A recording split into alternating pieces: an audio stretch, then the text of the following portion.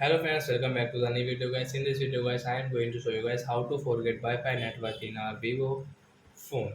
Guys, you have connected any Wi-Fi network, and guys, you want to forget in your Vivo phone. So guys, how can you forget? In this video guys, I am going to show you friends. So first of all guys, we will have to click on guys our phone setting to forget Wi-Fi network. Second guys, click on network and internet.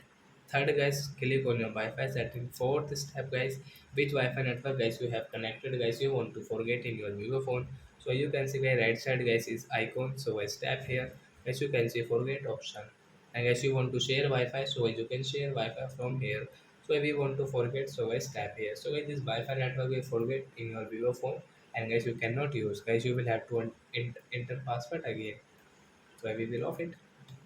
So are your friends who have understood how to forget Wi-Fi network in our Vivo phone? So that's it guys. Thanks for watching. So it's now we will meet on next video guys with new topic. Before going guys, please go and like my video, subscribe my channel. Bye bye friends.